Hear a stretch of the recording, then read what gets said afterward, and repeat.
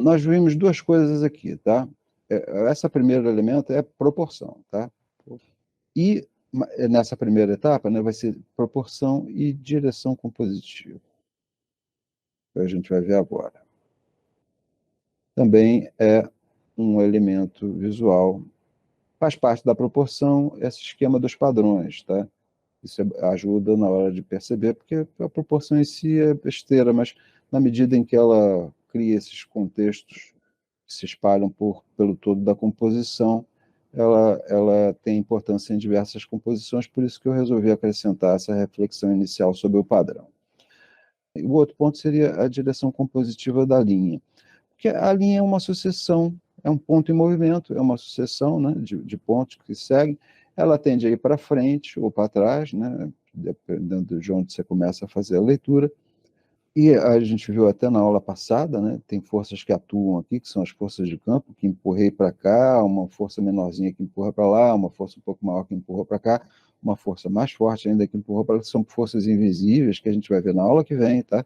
Devido à importância disso na composição, a gente vai estudar isso em separado, não é a questão de hoje, né? Eu vou adiar isso para a aula que vem, eu vou separar isso para a aula que vem, que são as forças de campo, mas o que é inerente à linha é a proporção e a direção compositiva, que é esse movimento de ir para frente ou para trás. Então, se a gente tiver, por exemplo, um quadrado aqui, se eu colocar uma linha de um lado, uma linha de outro, a gente não vê isso como duas linhas, a gente vê como uma linha que passou por trás do quadrado, porque a linha tende a permanecer no seu curso.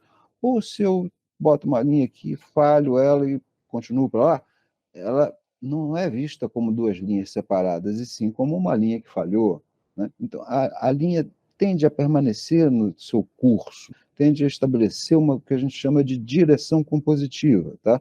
Então, são esses dois aspectos que a gente vai estudar.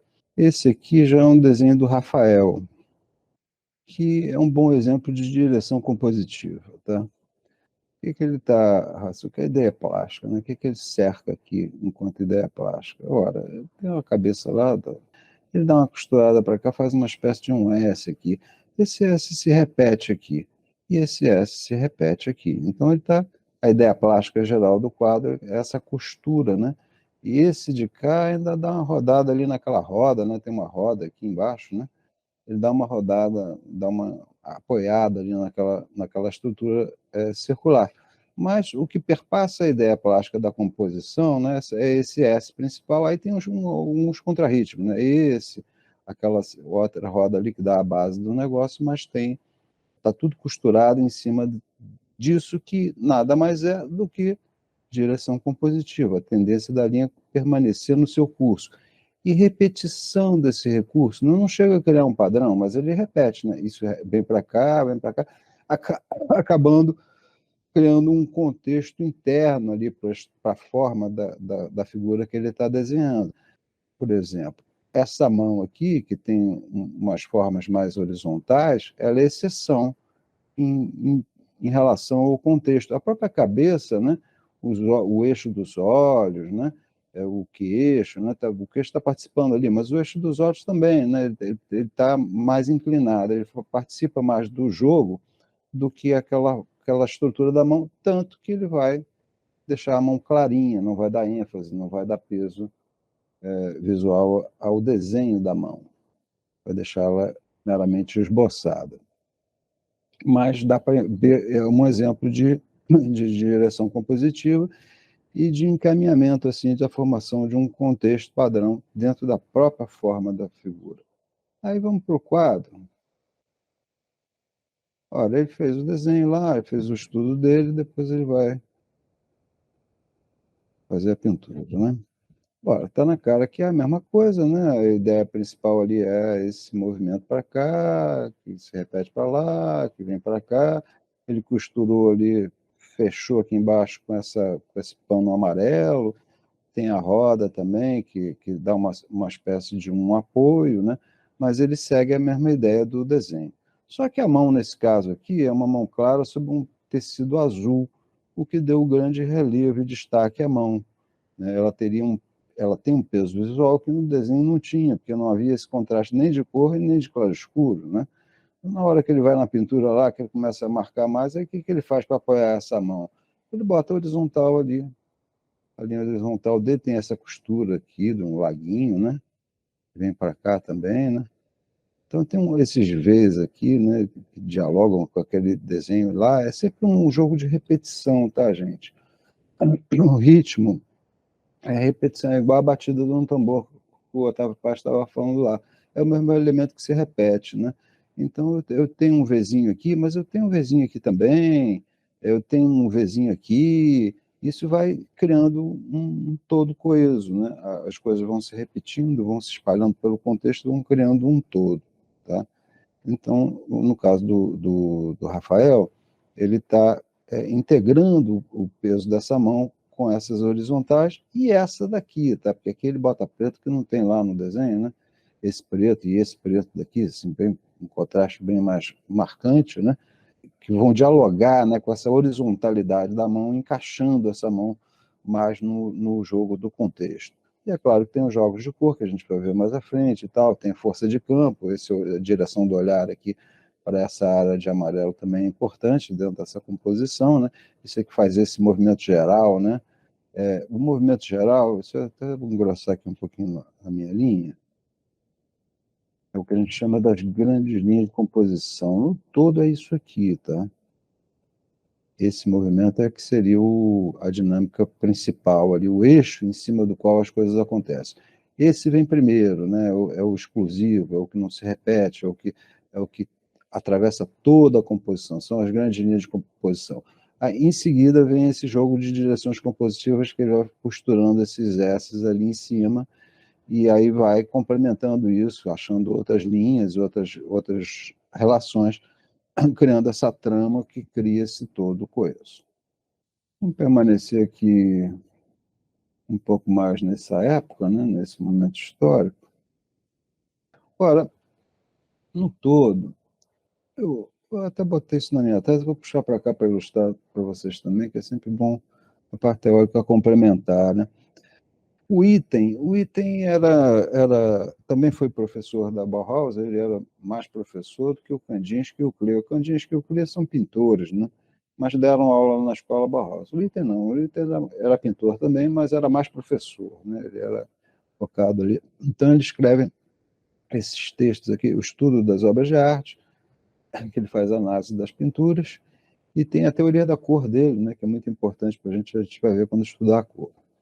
Então, no estudo das obras de arte, que é esse texto aqui, ele vai falar sobre esse quadro, ele faz um resumo, é uma parte do livro que ele começa a fazer comentários de diversas pinturas, né?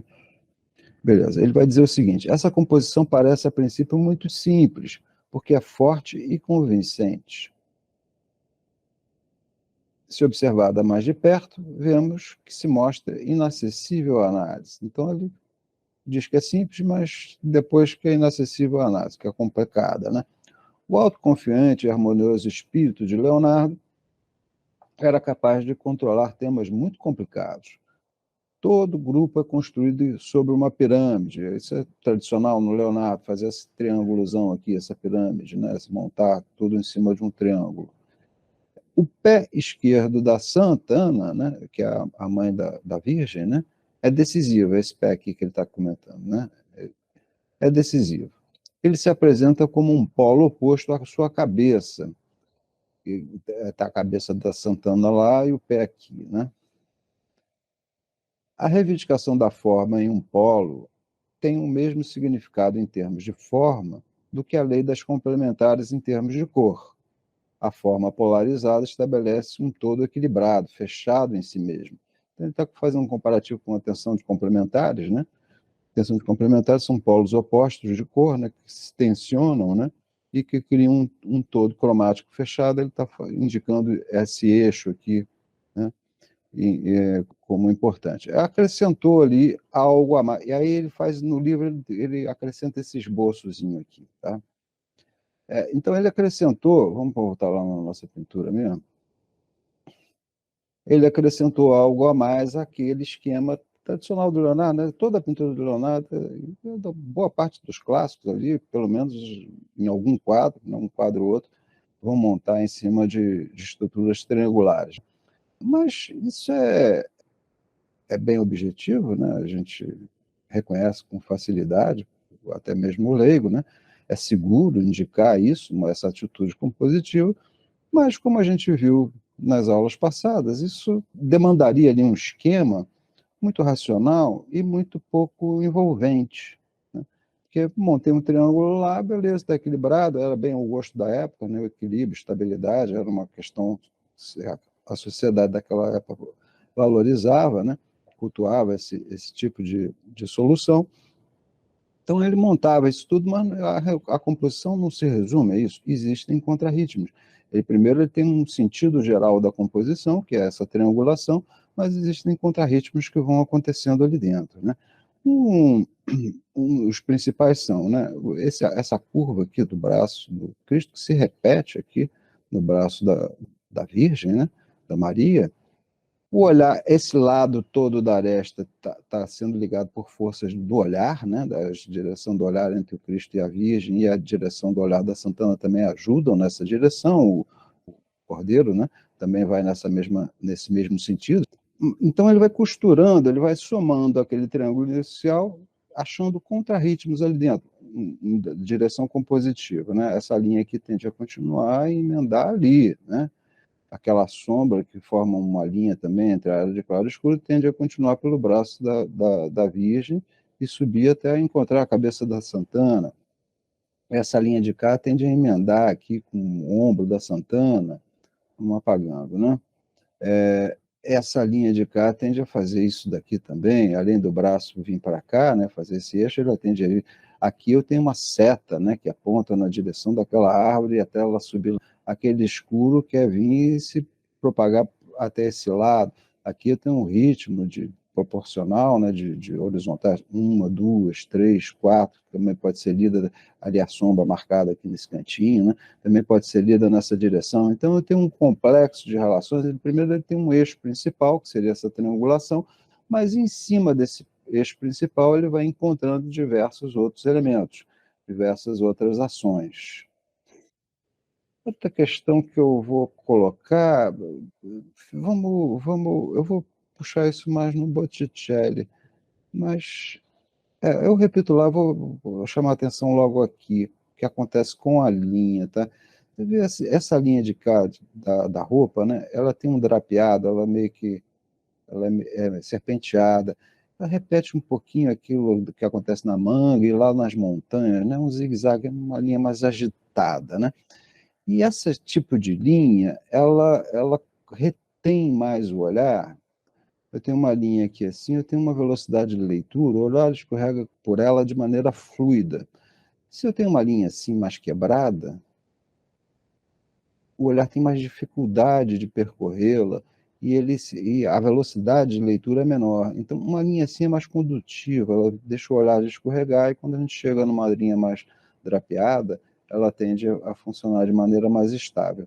E é isso que está sendo trabalhado aqui na pintura do Leonardo, nesse cantinho aqui que a gente viu, né? A gente tem essas linhas, por exemplo, né? Elas têm uma velocidade de leitura, essas linhas do braço, né? Ou do próprio vestimento ali da Virgem, né? Essa de cá, né? Ela escorrega, é uma linha que conduz o olhar, que você não deixa ele parar, ele quer emendar e ele está mais nessa lógica ali de escorregar na direção compositiva. Mas quando chega aqui, ela começa a drapear, ela começa a criar um zigue-zague mais radical e ali passa a ser um ponto de maior tensão, de maior estabilidade, né? O olhar tende a parar um pouco mais de tempo ali. Isso muitas vezes acontece no próprio rosto, né? O rosto também tem um desenho de perfil, a gente vai ver uma pintura aqui que faz isso aí funcionar, que é importante isso dentro da composição, né? Então, eu já falado do Botticelli, vamos direto para ele então. Também não vou fazer uma análise mais completa, a gente já tinha falado desses troncos aqui, né? Que como eles retêm aquela força. E tem forças de campo, que a gente vai voltar nesse quadro na aula que vem para falar das forças de campo, mas eu queria me concentrar hoje mais nas direções compositivas da linha. E chamar logo a atenção de cara para esse que a gente acabou de comentar, né? As linhas da Vênus aqui, da personagem principal, central ali, são mais fluidas, são mais longas, né, são mais velozes, enquanto aquelas linhas ali da vegetação, né, quer dizer, a gente teria um contorno que faz um desenho, mas é um desenho drapeado, né, um desenho com zigue-zagues ali, que retém, ele segura esse lado inteiro da composição, está sendo articulado no sentido de segurar aquela força forte que ele criou do outro lado do quadro, né? Que é a força de campo que a gente vai ver lá na aula que vem. Essas próprias setas aqui, tá? Também, né? É para não deixar o olhar atravessar e ir para fora do quadro, né? Para o lado direito. E ele usa vários recursos. Mas vamos nos concentrar ali nas direções compositivas da figura da Vênus, né? O Botticelli fazia muito isso, né? Ele aproveitava muito é um desenhista clássico, né? Trabalhava muito essas dinâmicas de linha, de contorno, e ele explora muito essa fluidez da direção compositiva da linha. Então ele vai emendando e achando ritmos internos ali, né? Então a gente tem ali na cabeça, escorrega ali pelo braço, aqui tem uma tensão de cor entre o laranja do cabelo e o céu, né? Que também segura, mas o olhar flui ali por aquela direção, ele emenda, né? Você repara o seguinte, como é que o pescoço não encaixa direito na cabeça, né? Esse pescoço aqui está meio longo, né? E o tronco dela, a clavícula dela está ali escondida pelo cabelo, mas se a gente imaginar a clavícula dela, a gente vê que essa cabeça meio que está deslocada, né? Mas funciona, é convincente, por quê? Porque essa linha aqui quer continuar e vem para cá, né? Essa linha de cá quer continuar e achar esse eixo desse braço, essa linha do braço aqui vai na direção daquele pescoço. Então ele está criando uma trama, né? Essa linha do pescoço de cá dialoga com essa. Então, ele está criando uma trama de relações que é montada pela estrutura de uma direção, das direções compositivas da linha, que vão criando essa articulação. Quando chega ali embaixo, ele escorrega para cá, ele vai abrir, né, um leque ali, aqui é um ponto, né, a importância daqueles pontos que a gente viu, de estabilidade, né, é um ponto de chegada ali daquele movimento, se abre, e aí se abre em leque para o outro lado, porque no todo a gente tem o nosso grande triângulo ascendente, daqui a pouco ele concentrou aqui um ponto de estabilidade que compensa, de certa maneira, quer fazer isso aqui, né? Quer se abrir aqui para tudo quanto é lado. Lembra um pouquinho aquilo que aconteceu na gravura do Rembrandt lá, né?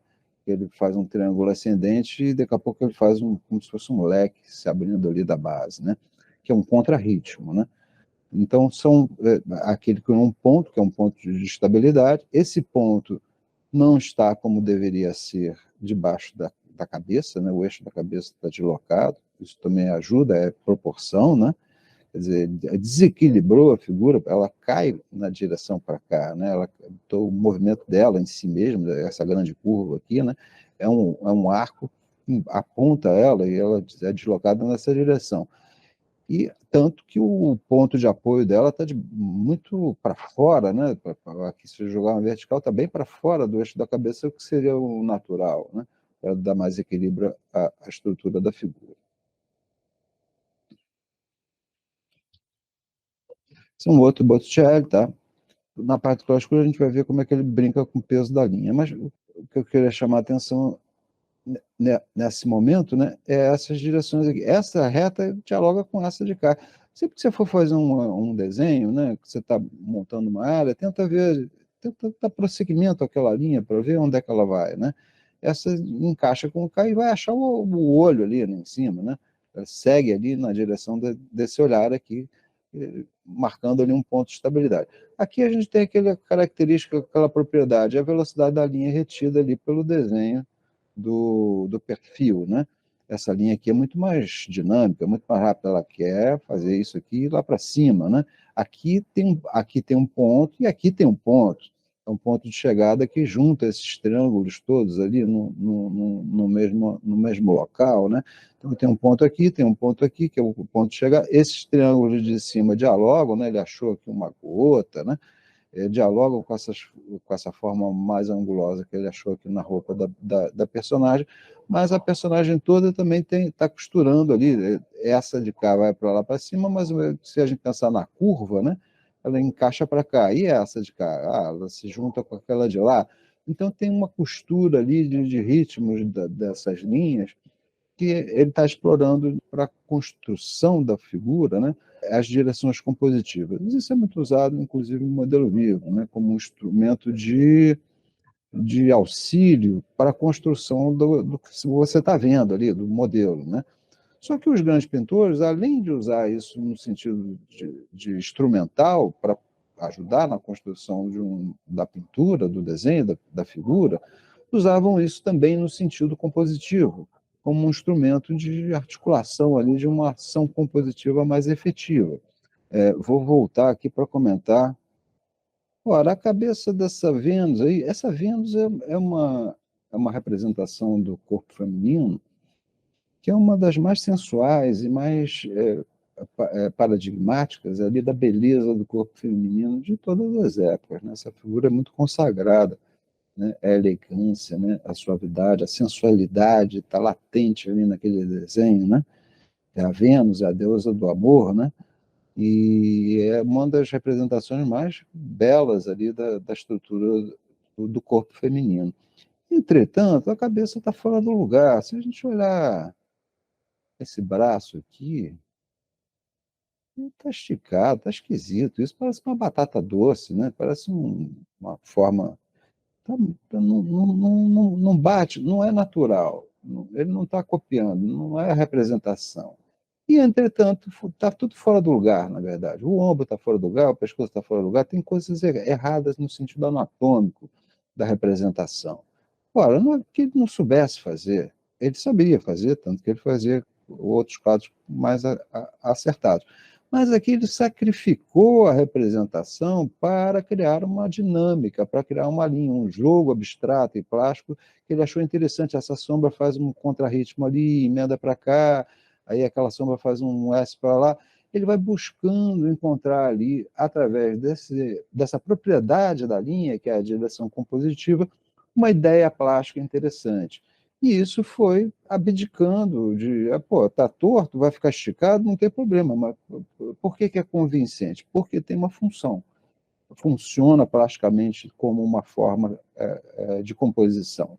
Então, às vezes, a gente sacrifica ali uma representação em prol disso que é uma ideia plástica. Então, o pintor, às vezes, a direção compositiva é um recurso desses, né, que a gente aprende na aula de modelo vivo lá, para construir aquilo que eu estou vendo. Se eu criar uma trama ali de linhas que se interrelacionam, isso ajuda a eu perceber, sei lá, eu estou aqui, né?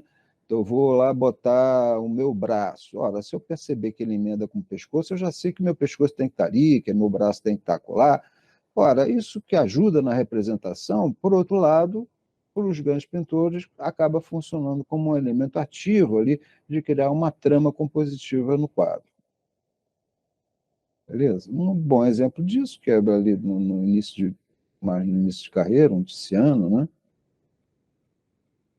Nisso, carreira, os pintores dão uma bandeira, né? Então, eu puxei esse cara para cá, um quadro até importante, está na cara aqui, né? Que ele tem aquela nuvem lá, aquela sombra, tem um eixo aqui que vai chegar aqui nesse pano, vai fazer a curva para lá, né? Tem a emenda ali com a perna, aí tem a flechinha aqui que joga de volta lá para dentro da estrutura da composição, aí entra ali naquela curva daquele casaco, e o olhar do cara está apontando na outra direção, tem um sentido de aproveitamento ali das direções compositivas. Esse livro aqui, né, também está acompanhando ali o mesmo sentido, sentido de direção. A mão desse camarada se dialoga ali com aquela perna e que joga ali para aquele mesmo acontecimento, né? Está na cara que esse personagem e essa dinâmica aqui da perna é quase que o tema principal, plasticamente falando, é o tema principal da estrutura da composição. O pescoço desse outro cara está no mesmo ritmo, então é quase explícito, né? O cara demonstra, expõe aquilo. Mais para frente, o Tiziano vai complicar um pouquinho mais a jogada, vai deixar mais natural. Né? Deixar mais natural é o quê? Não dá tanta bandeira, a construção não é tão explícita, não é tão. Não é que é amadora, não, mas não é tão. A outra é mais madura, na medida em que ela ganha mais essa naturalidade da natureza, né? que não é aparência, e sim esse jogo de contradições internas, a coisa fica mais mesclada num todo, né? Um todo, que é aquela lógica do padrão até que a gente estava vendo, um todo mais coeso, mais orgânico, né? E isso ajuda a dar mais naturalidade, não fica tão esquemático, né? Bom, aqui, vamos fazer uma leitura, uma composição mais complexa. Essa composição aqui, esse quadro é enorme, tá? Um quadro não é pequeno, não é, é um quadro grande, né? Mas ele tem várias coisas acontecendo, né? Assim, grosso modo, a gente sempre gostava muito dessas triangulações, né? A gente sente que tem uma preocupação aqui de montar um esquema aqui e de montar um vazio ali em torno daquela fruteira ali do primeiro plano, né? Ele cria um espaço aqui do piquenique, né? Que vai em torno daquela fruteira ali do primeiro plano, mas esse grupo todo aqui está montado, tem uma tendência ali de triangulação, né? Agora, ali ele começa a achar as tramas dele. Ora, essa perna aqui se junta com essa de cara de cá, esse braço de cá vai para ali para a costela do outro, a forma dessa figura aqui emenda com essa, esse aqui emenda com essa, que vai para lá. Aqui tem até um negócio gaiato.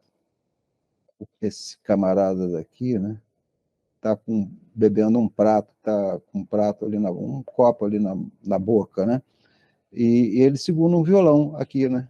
Embaixo. Parece que ele está segurando o falo do camarada ali, a saiote do cara, ele está bem ali na reta do negócio, um negócio que eu achei gaiato isso. Mas isso faz uma curva, vem para cá e acaba indicando aquele acontecimento. Essa linha de cá, evidentemente, relaciona-se com aquela do tronco lá de cima. Aí você começa a ver que está tudo sendo meio que montado, né? Você tem aquele grupo que faz essa tensão principal por um lado, por outro lado, a relação entre essa figura de cá e essa que está logo atrás também é importante, né? Esse eixo dialoga com esse, aí você começa, aí fazendo o desenho, vocês vão começar a ver esse jogo de relações que está sendo criado, que vão sendo montados. Então ele tem essa tendência toda de ascensão, né?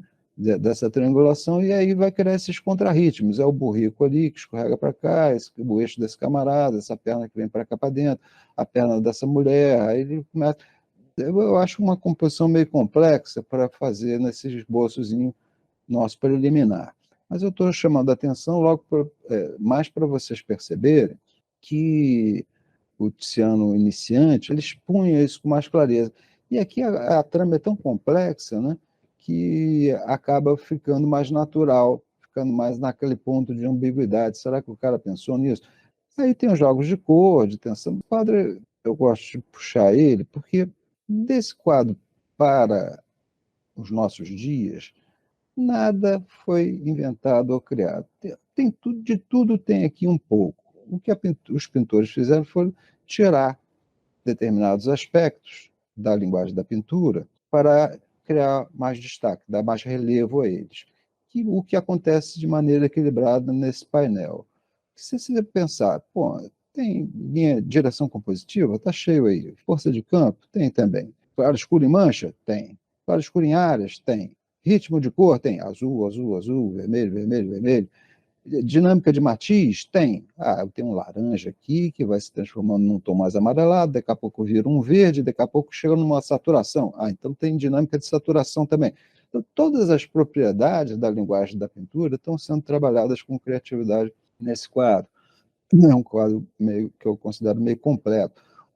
A alegoria, tem aqui a alegoria, mas tem também o símbolo, né? Tem um pássaro aqui em cima, que de repente é estranho aquela narrativa que está sendo feita ali, tem faunos e tal, então um piquenique, daqui a pouco ele enfia um pássaro ali que como ele não dialoga diretamente, e ele é colocado ali meio de perfil, parece um pássaro egípcio, né? Então ele adquire um caráter mais simbólico, né? Então aqui eu tenho um sinal, né, uma narrativa, né, um conteúdo mais semântico, mais alegórico, e ali eu tenho um conteúdo mais simbólico, que ali não está funcionando plasticamente. A cabeça do pássaro é verde, o corpo dele é o mesmo tom dali dos troncos das árvores, então a função dele, ele está ali não no sentido plástico, e sim no sentido semântico mesmo, né? No sentido simbólico mesmo, né? Então é um quadro meio completo, mas é meio complexo. Vale a pena puxar, de repente? Quem quiser pegar Tiziano, vai lá. Se aventura aí que vai encontrar de tudo um pouco. Tiziano era considerado, né, como mestre de mestres, né? Os leigos, em geral, acham que ele é igual aos outros, não vê muita coisa, mas os pintores realmente respeitam, né, pela pesquisa, porque é um maneirista ali naquela fase, né, do Renascimento, você tem um foco ali numa representação mais realista, e depois vem os historiadores vão chamar o maneirismo no sentido até meio pejorativo, né? O cara maneirado, né? O cara que está preocupado com a maneira. Ora, o que está preocupado com a maneira? Ele está preocupado com os elementos visuais, com o jogo dos elementos visuais, com a composição dos elementos visuais. Maneirismo nada a criatividade que o cara tem com os recursos da linguagem da pintura que não dizem respeito à mera representação, transcendem a mera representação em prol de uma composição que tem um sentido plástico, um sentido expressivo, que é maior e mais rico, né, do que uma mera representação que uma fotografia pode fazer, por exemplo. Né? Quer dizer, isso é que difere, na verdade, o que a gente está estudando, essa disciplina é importante por causa disso, eu acho, mais do que até as disciplinas de pintura, porque esse conhecimento que a gente pode estudar aqui, que é o pensamento visual, ele se aplica a qualquer coisa que você for trabalhar o resto da vida com a imagem, né? Você começa, pô, direção compositiva, eu crio uma trama aqui, eu crio um todo ali, eu posso pensar isso no carnaval, eu posso fazer escultura, eu posso fazer gravura, eu posso fazer publicidade, eu posso fazer tudo que eu for trabalhar com imagem, são recursos, né, instrumentais que você tem à disposição do pensamento que te alimentam, que te dão o diferencial. Né? Mas vamos em frente. Vamos sair ali do classicismo, que é mais linear, né? Vocês viram lá no Wolfling. Como é mais linear, é muito comum usar as direções compositivas. Mas os barrocos também utilizavam. Tá? Se a gente reparar nesse quadro daqui, é um autorretrato do Rembrandt, um barroco, né? E focado mais no claro-escuro, e ele tem um grande foco, né? Nesse olho da direita aqui, né? Tem um grande peso visual. Né? Isso é dado também pelas direções compositivas. Se reparar, aquele branquinho aqui vai na direção desse olho. Aquela divisão entre o cabelo e a orelha vai na direção do olho. Aquela manchinha do cabelo vai na direção do olho. Aqui aquele planozinho de sombra, deixa eu apagar tudo, diminuir um pouquinho a ponta aqui. A sombra faz um ritmo assim também, né? Que vai, fortalece aquela direção do olho. Aqui eu tenho uma espécie de uma curva, mas chega ali, predomina essa tensão, porque é preto e branco, né? Tem um grande peso visual, predomina essa direção que vai na direção do olho. Aqui a gente poderia jogar para o queixo, mas quando chega ali, ó, na passagem entre a escuridão e a luz mais forte, né? Que também é um grande ponto de tensão de claro escuro, ele aponta também na direção do olho. Essa sombra aqui vai na direção do olho. O fundo começa escuro lá em cima e vai clarear na altura da direção daquele olho. Porque esse aqui não tem tanto contraste, mas o da esquerda ele está colocado em um contraste forte, né? É um preto do lado de uma área de bastante luz. Então é aqui que a coisa se concentra toda, né? Ora, o que ele compensa para ir? Ou seja, as direções compositivas estão todas migrando para lá, dando aquela expressão de o olhar do pintor, né? O olhar é forte, é concentrado, ele é o centro ali do universo ali daquela pintura, né? É o olhar do pintor que importa. Aí ele compensa isso com essa tensão aqui de luz, né? Tem um preto do lado, um preto aqui da roupa dele, do lado daquela gola, né? Preto e branco são contrastes que criam um grande peso visual, sobretudo aqui, naquele fragmento que eu tinha comentado antes, porque aqui ele cria uma passagem ali também, né? Então essa borda aqui do desenho não tem tanta relevância quanto aquela lá, mas aqui eu tenho um contraste de luz e sombra, aqui eu tenho um contraste de luz e sombra e eu tenho uma cor saturada ali na boca da figura. Ele tem 3 pontos, né? As linhas vão todas migrar para cá. Aqui eu tenho uma tensão de claro escuro e aqui uma tensão de cor. Tá? Então ele brinca com esse jogo ali. Né? O que nos importa nesse momento é as direções compositivas da linha, que também estão funcionando ali como um elemento importante dentro dessa estrutura de composição. Esse é um quadro do início do Matisse, tá? Que é fundado também em verticais e horizontais.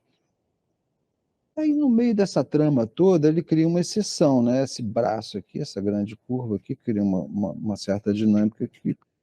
Então, ele tem uma trama de verticais e horizontais que cria o contexto dele, cria o campo, cria a regra, né? Cria o campo visual, cria o campo plástico dele, é o padrão, né? Na verdade, que serve de chão ali para a ação compositiva, e a ação compositiva é dada, sobretudo, por essa curva, que cria uma espécie de exceção ali em cima, né? Mas tem as diagonais também, né? Eu tenho essa de cá, e essa de cá também é bem valorizada, é branco e preto, né? Um do lado do outro, né? Cria uma forte tensão. Então, essa diagonal aqui também é muito tem uma relevância forte. E ela dialoga ali com aquele seio, com aquele lado Aqui tem um X, né? Aqui no meio, que cria uma certa estabilidade. Por isso que esse braço é tão importante para criar a dinâmica, para criar o movimento. O resto é tudo meio encaixado, o resto é tudo meio quase que estável, né? Encaixado numa trama de tal maneira que é meio parado, né? É, não tem ação compositiva atuando. Vertical, horizontal, tudo isso se repete o tempo todo na própria estrutura da figura, né? Aqui eu tenho um X, aqui eu tenho a diagonal que vem para cá, e essa outra de cá. Ah, a mão está ali, mas não tem muito contraste. Aqui eu tenho uma luz que, de repente, então o escuro faz um movimento aqui mais nessa diagonal e tal, mas não tem grande ênfase visual, né? Nenhuma das duas. O que vai se destacar mesmo, o que vai criar uma ação única portanto, com maior peso visual, é essa curva, né? Essa curva da mão que cria uma exceção dentro daquele contexto. Então, na hora de estar pensando a composição, né, as direções compositivas, é ir vendo essas direções, essas retas, na verdade, horizontais e verticais que vão sendo criadas, e no final entrar com uma dinâmica. Isso é uma ideia, né? Uma ideia de composição. De repente você cria um contexto lá, que pode ser vertical. Ah, vou criar um contexto em vez de vertical horizontal, então vou botar só diagonal. Diagonal para tudo quanto é lado, e daqui a pouco eu boto uma vertical que vai ser a minha exceção. Ou não, as minhas diagonais são retas, então eu vou botar também uma curva, igual o Matisse fez, para criar a exceção. Só que em vez de fazer uma figura, eu vou fazer uma paisagem, eu vou fazer uma natureza móvel, vou fazer uma pintura abstrata, né? Então, ao estudar essas composições, o ideal é que você comece a raciocinar o que você pode fazer com esses recursos. De repente, te chamou a atenção, você gostou, não, mas eu gostei mesmo, foi desse branco aqui, do lado desse preto aqui, criando uma diagonal aqui, que tem mais peso aqui, que encaixa ali com o outro. Aí, como é que eu posso usar isso dentro do meu trabalho? Aí começa a pensar uma composição que se aproprie desses recursos, que cada um vai ver uma coisa. Em cima da mesma composição, de repente, um destaca um aspecto e outro. Então, essa seleção é importante para vocês, né, verem ali o que vocês vão querer fazer, mas sempre nesse sentido de apropriação mesmo de uma ideia plástica, que não tá ligado ao resultado estético, à linguagem do cara. Né? Eu posso pegar lá o Rafael, fazer aquele ritmo em S e fazer um trabalho mais expressionista, né? Vamos até pegar aqui, eu já está comentando isso, vamos pegar um expressionista aqui, o Sotini, né? Ora, o vermelho e azul estão no cinza médio, né? Então a cor está no cinza médio, ele envolveu a cor do vestido vermelho com preto para dar mais luminosidade àquele vermelho, apertou a luz ali, né? O vermelho passa a ser luz, né? Conta do contraste ali com o preto, então ele fez um aperto ali. Agora, no nosso tema, ora, eu tenho ali o cabelo que manda ali com um bombro. Esse vermelho aqui, ele quer migrar até a bochecha da mulher de um lado e a bochecha da mulher do outro. E aí, quando entra ali, ele se mistura com o nariz, tá? Deixa eu apagar primeiro, para a gente ver com mais detalhe. Essa distorção da forma, ela está sendo feita para encaixar com. Eu teria que mudar a cor aqui também, né? Vou pegar um azul aqui.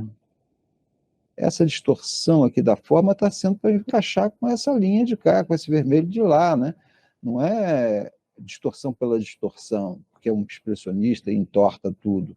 Né? Essa horizontal aqui eu tenho uma curva, mas ali na outra sobrancelha eu tenho uma horizontal. Por quê? Porque vai marcar um eixo ali que dialoga com esse planozinho que está aqui desse lado. Então, nada está sendo alterado pelo mero gosto da distorção, e sim na busca de um sentido plástico, né? Essa linha de cá, emenda com essa de cá, que acha uma cunha aqui, que começa a descer lá para baixo. Aqui teria os pés ali, que tem um peso visual semântico, mas ele chama atenção plasticamente, pelas direções compositivas, para esse núcleo aqui, né? A mão ali no meio é um ponto de luz também, né, que vai morrer ali, né? Então vai para um lado, vai para o outro, vai para o lado, que é uma espécie de um zigue-zague ali naquela área do quadro, né? Então, essas coisas que eu quero, essa linha de carne, opa, achou ali a bolinha ali da gola do outro, aquela gola também, ela quer, opa, vir para cá. Ele não deu grande destaque, ele só botou uma bordinha lá em cima. Mas, de repente, se ele quisesse enfatizar, ele puxava esse azul aqui para cá, né? Se descesse esse azul aqui para cá, essa reta de cá ficaria mais valorizada, não achou necessário. Então, isso é que é o estudo da pesquisa da composição, se apropriando dessa propriedade, que é a proporção e direção compositiva, é brincar com essa trama de linhas, né, que vão sendo montadas na composição. Eu pulei para o Sotini, mas vou voltar para o Matisse. Ora, lá o Matisse inicial, né, mais respeitando mais o modelo, o objeto. Aqui já simplifica, né, a cabeça é típica, né, está mais na síntese, né, a cabeça da figura é mais sintética, né, mais esquemática, né, não está preocupado em criar muitos planos ali, só o que foi importante para a composição, né. Ora, a composição, deixa eu voltar para todo aqui. Na composição, eu tenho verticais e horizontais, são quadrados, né, formas quadradas, e os círculos, né. Ele tem esse círculo aqui, né, que contrasta com os retângulos verticais e horizontais, né. E ali no próprio tema da figura também, né, eu tenho um ângulo aqui mais marcado, mais ligado aos retângulos, né, tem um ângulo reto, esse ângulo do joelho também dialoga ali com aquele negócio, e daqui a pouco ele vai encontrar uma grande curva, que começa lá, né, começa lá no sofá, vem para cá, quer rodar para cá, mas também foi para lá, voltou, entrou naquele pano, ali vai na direção da estrutura da cabeça, da figura. Aí essa linha de cá quer emendar um pouquinho para cá, essa reta de cá da perna vai para lá, a mão vai criando uma costura. A própria divisão ali dos amarelos com os tons de pele mais alaranjados, né, está dialogando com essa trama que ele vai montando, que é ligada a esse jogo das direções compositivas. O tema qual é? A tensão entre retas e curvas, entre formas redondas. Ah, forma redonda, o que se repete aqui? Tem uma, tem duas com a cabeça, tem três um seio, quatro o outro, tem mais alguma? Tem a próprio sofá, né, que é fazer formas mais arredondadas ali. Aqui ele está meio lá, meio cá, né? Mas ali também tem uma forma arredondadinha, então ele vai criando um ritmo de formas redondas que dialoga com essas formas mais retas dos retângulos. Às vezes encaixado mesmo na vertical e na horizontal, mas às vezes também nesse jogo de uma diagonal, né? Tem aqui, tem aqui, tem aqui, também os planos, essa reta daqui, né? E uma trama também que joga, é porque dialoga com o eixo do tronco dela, né? E ali também está um pouquinho inclinado, então não é um retângulo comportado, uma vertical certinha e uma horizontal certinha, tem oscilações também que vão criando animações ali de tensão visual dentro da composição. E para fazer um paralelo aqui com o nosso Botticelli, né, eu acho que lembra muito, né, o Modigliani, ele é um pintor moderno também, né, ali da Escola de Paris, né, esse quadro até já mostrei para vocês, mas ele usa os mesmos recursos, é a mesma linha, é a mesma direção, apropriação, modo de usar as direções compositivas da linha do Botticelli lá atrás, no Renascimento. Só que o espaço dele é mais plano, né? O modelinho trabalha num espaço mais planar mesmo, não tem sugestão de volume dentro das formas, lá no Botticelli ainda tem uma pequena sugestão de volume interno, né? O moderno não está ligando muito para isso, e tem cores, o recurso de usar cores mais saturadas, tem algumas variações de espaço de cor, mas em termos de linha é muito parecido. E também, no termos de linha, você vê, a gente viu lá que o Botticelli distorce tudo, né? Em prol de uma linha bonita, ele altera a própria representação.